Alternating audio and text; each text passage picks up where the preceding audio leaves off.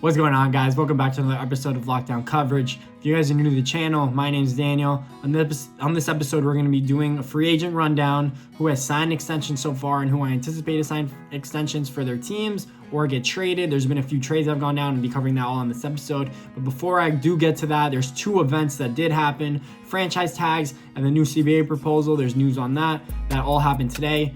Other than franchise tags, that happened a few days ago, but I'm going to get down to the few players that did get franchise tag. Let's start with star linebacker from the Baltimore Ravens, Matthew Judon. He had a career high 9.5 sacks this year. The Ravens couldn't let him go. They need pass rushers. They need to upgrade their defense, which they would. I'm going to get to that later on in the video.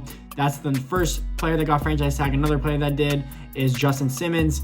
Athletic, versatile, free safety more or less for the Denver Broncos. He's a turnover machine. He's a young safety. He's going to be one of the best young safeties in the NFL within the next few years. I wouldn't be surprised if they get him to a contract extension within this year, within this time period, because he is expensive to franchise tag. Another player that did as well is Yannick Ngakoue. But the funny thing with him is that he kind of already announced that he doesn't want to stay in Jacksonville, Duval Nation. He doesn't want to stay. He posted a whole bunch, or he actually deleted a whole bunch of Jacksonville Jaguar pictures that he had in uniforms. So I think he will get traded. Jacksonville knows that, so they franchise tagged him so they could trade him and get a little bit of value for him instead of let him just walk in free agency and him sign with another team. Another player that did get franchise tag is Hunter Henry, LA Chargers tight end, one of the best tight ends in the league, one of the best at least possession tight ends or vertical threat tight ends in the league. He's not so much of a blocker, but he is a weapon for whatever quarterback the LA Chargers bring in.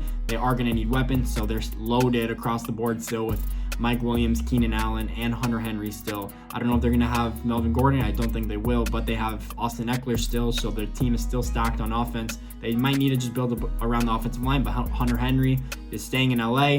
Last player that did get franchise tag is Brandon Sheriff, offensive guard for the Washington Redskins. Amazing offensive guard, one of the best guards in the league, top 3 in my opinion. He's in the prime of his career, 26, 27 years old.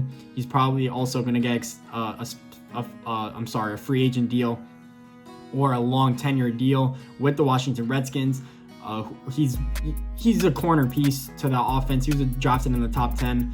I don't think they should have let him go. I'm not surprised that he got franchise tag as well. So those are the players that did get franchise tagged throughout the 2020 season. They could still sign long-term extensions throughout the season, so keep an eye on that. Another thing that went through is the new CBA proposal. It did get accepted, which came to surprise to little to none. I think people did think that it was going to be accepted, but people didn't think it was going to be this close. The final numbers ended up being 1,019 players voted yes, 959 players voted no, which is an astounding amount of players because you think that there's way less or a lot more players in the lower echelon of the NFL that need upgrades in their contract. Not every player makes $15 million a year. So the roster from 30 to 53 that makes under $3 million a year on average, they're obviously going to vote yes. The funny thing that I heard is that over 500 players did not vote. It's kind of strange when 500 players don't vote. It's not like your vote doesn't matter. Every vote would have counted at the end of this CBA proposal. It's not like you're voting for the president of the United States and you're one of millions and millions of voters. You're one of 2,500 to 3,000 voters in the NFL, so every vote does matter. So it is surprising that over 500 players didn't vote. That's kind of surprising me, but the new CBA proposal passed. Now the things that did change is that it's a 17-game schedule, so 17 regular season games, only 3 preseason games instead of 4, 14 playoff teams, so instead of 12, it's 14. That's going to be a big difference. Also, a wild card includes the 2 seeds in the AFC and NFC, so only the 1 seed gets buys, and the lower echelon players only, or their contracts are minimum $1 million, which is huge. It's gigantic. Instead of $500,000 to $400,000, it's $1 million. It's a big upgrade for players like that. It's going to bring in more depth, more versatility to the NFL, probably more roster spots in my opinion, especially practice squad players. But those are the 2 events that went down throughout the past few days, throughout the weekend. I'm going to get down to franchise extensions right now. So first off on this list, especially for my Dolphin fans out there, because you guys know I'm a Dolphin fan, but crazy extension. Ryan Tannehill gets signed to a 4-year, $118 million deal, $62 million of it guaranteed. Surprise, surprise, Ryan Tannehill of the Miami Dolphins finally leads the Titans to a deep playoff run, and look what happens. Now he's a franchise quarterback. Another big thing that cancels out after this is that Derrick Henry is probably not going to get a long-term extension at this very moment, because that's a lot of money that they spend on a quarterback. I think I saw he's going to be making, Ryan Tannehill is going to be making $29 million on average a year, which is a lot of money.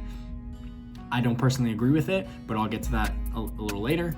But another thing that's key to that is Tom Brady is not coming to the Tennessee Titans, which I'm very sad to hear, because I want him leaving the Dolphins division very, very badly. So maybe another team could finally win it and the Patriots will suck for once, because I'm tired of seeing the Patriots always winning. It's kind of getting on my nerves, and Tom Brady needs to retire. But other than that, Tom Brady's not going to come to the Titans. I personally think Tom Brady is going to return to the Patriots. He has no better fit. The Patriots are the best fit for him, even though he's been on the Patriots. I don't think he will go to Oakland. I don't think he will go to the LA Chargers. Maybe they might have visits on him so he could get some leverage and maybe get some more money from the Patriots, but that's all I see happening.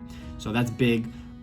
Derrick Henry for Tennessee is probably going to get franchise tagged. That's probably going to be the one thing that happens, because now they have a franchise tag. They don't have to franchise tag Ryan Tannehill, even though I do think that it should have been the opposite, and Derrick Henry gets a long-term extension and Ryan Tannehill gets franchise tag, so Ryan Tannehill can prove that he's a good quarterback for another year and then maybe get an extension, because Derrick Henry was the one that really led them to the playoffs. Don't lie to yourself, Tennessee Titans fans. He ran for 150 yards every game for the last 4 weeks of the season, including the playoffs. Ryan Tannehill at one point was throwing for 50 yards a game. So I don't know how much it was Ryan Tannehill, but I would have done the opposite. That's just me if I was a GM. Other key extensions that happened: Devin McCourty for the New England Patriots. Speaking of Tom Brady, he signed a 2-year, $23 million extension with the Patriots. Long tenured safety. He is still one of the top 5 safeties in the league, in my opinion. He's a turnover machine as well.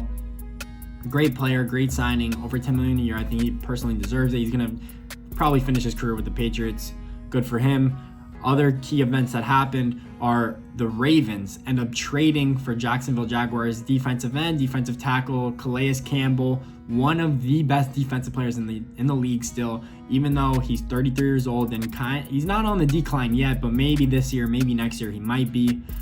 He is a beast. A lot of people were very surprised that the Ravens only had to give up a 5th round pick for Calais Campbell. I think Jacksonville said, screw it. We don't need him. We're rebuilding already. We have a lot of picks. Let's accumulate them. Let's get rid and dump of his roster. So the Baltimore Ravens do have to pay him the $15 million that he's owed on the last year of this Jacksonville contract. And then they did sign him to extension. So he's there. He's going to be under contract for 3 years for Baltimore. He's probably going to finish his career there as well. And the extension was 2 years, $27 million if I'm not mistaken. So 3 years in Baltimore. Great trade for Baltimore. Their defense is loaded. They're bringing back Matthew Judon. Their secondary is disgustingly loaded. They have Lamar Jackson. They're going to probably be one of the favorites, one of the top 3 favorites to win the Super Bowl next year. Wouldn't be surprised. Last signing that happened today was Colts left tackle Anthony Costanzo got signed. He was kind of on the verge of either retiring or coming back. The Colts convinced him to come back. That was the only team he was ever going to go to. He was never going to leave the Colts in free agency, even though he was a free agent. But they signed him to a 2-year, $33 million deal. He has been consistent for the past 5-6 years. He deserves that money. Not surprised that he got that deal. One of the best left tackles in the league, probably as well. Going to finish his career out with the Colts. But those are the few signings that happened throughout the past day or two. Free agency will open up tomorrow. I'm very excited about that. I will probably post on Tuesday and get some player or team grades on what I think about players moving teams. So we'll get to that very soon. Hope you guys like this video. If you do, please leave a thumbs up and subscribe. Appreciate you guys. See you soon.